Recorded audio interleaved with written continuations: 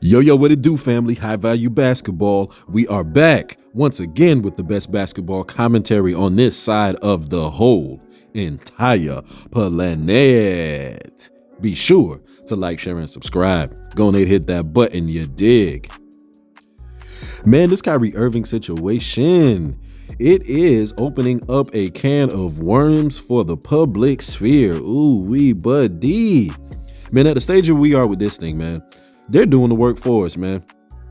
Gotta be real. Gotta keep it real. You know, as this whole thing is going on, I have personally kept track of everything that's happened. But I'm the type of dude who not just reads the headlines. I like to read the comment section on stuff and really see where people's heads at with this thing and seeing how people are reacting.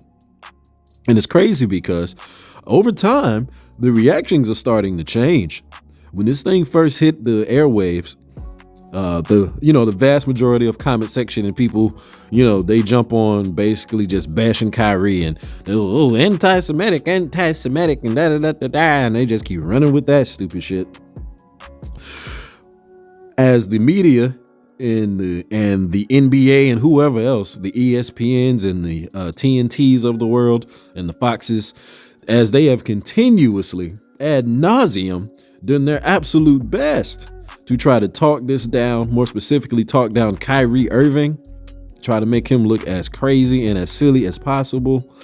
As they continue to circle the block on him, it is starting to have an unintended consequence of waking a lot of people up to the reality of what Kanye said it too, but the reality of what Kyrie Irving is simply talking about.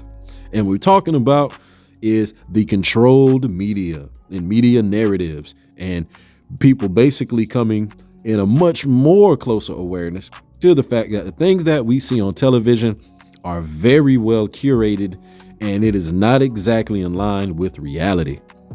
Because when you check Twitter before when this thing happened, it was all kind of folks was just Kyrie this, Kyrie that, Kyrie ain't this, he did, it was all negative. Now I'm seeing that thing go 60-40, maybe even 70-30. And people are really saying, hey, wait a minute, man. Yeah, the way that they keep going in on this has got me thinking I want to go watch the movie now. I didn't seen that so many times now. It's like, you know what? I'm finna go watch this movie. Especially with the title, that Wake Up Black America, that's it. That is in the title. Wake Up Black America is in the title. If you notice in the media curation stuff, they ignore the actual title of the movie. They ignore the hell out of it. They ain't not once said nothing about the title of the movie or the crux of the movie. 85-90% of that movie is just a history lesson on weaving together some of the historical shards or cultural shards of different groups of people under the Hebrew Israelite or the Hebrew Jewish, stuff, and just really showing that it's not this one small specific group of people that we think it is today. That's 90% of the movie is that. It ain't got nothing anti-Semitic whatsoever. It's literally just going over history. The part that gets quote unquote anti-Semitic is when they start reaching saying, certain folks in certain organizations, have certain influences and powers and follow behind certain spiritual entities. And as far as I'm concerned, even with that, that's not anti-Semitic. Simply say you thought somebody was a devil worshiper. Like, how is that anti-Semitic? That's me just mislabeling you and your religious something. So anywho, the fact that all of this type of anywho level information is coming out and people are looking at this shit like, wait, what? What is going on? Why is this dude being condemned so hard? It's showing people that what Kyrie Irving was saying is actually true. And man, it's a beautiful thing. The way that they're trying to cancel this man after he's already apologized, after he donated money that they then took back or handed back to him, and now they want to literally have him publicly ostracize and say specific words. I'm sorry. I apologize. Like he actually said, I apologize. But because he didn't say I'm sorry, they want even more. The fact that they are pushing so daggone hard is showing that it's showing their hand, y'all. And y'all gotta keep it real and keep it on the ground. Because if we follow behind what's on TV, the way that they're doing it, they're going to continue to dilute the waters. Because the second half of what I wanted to say with this was really talking about the propaganda that comes out against Kyrie, and what's really coming against not just Kyrie, the statement of racial and cultural identity is really what the crux of this is about.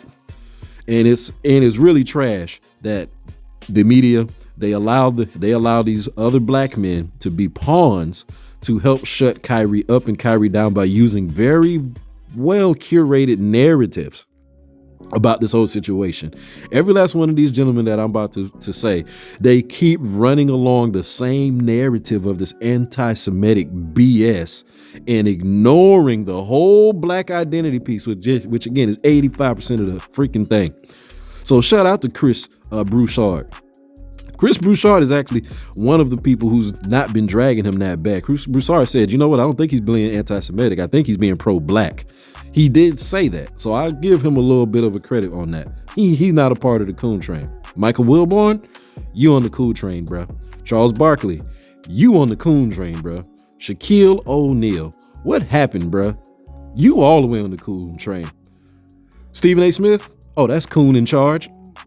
Jason Williams, bro, you really tried it the other day, talking about this whole situation, calling it chaos and all of this other crap. You on the coon train.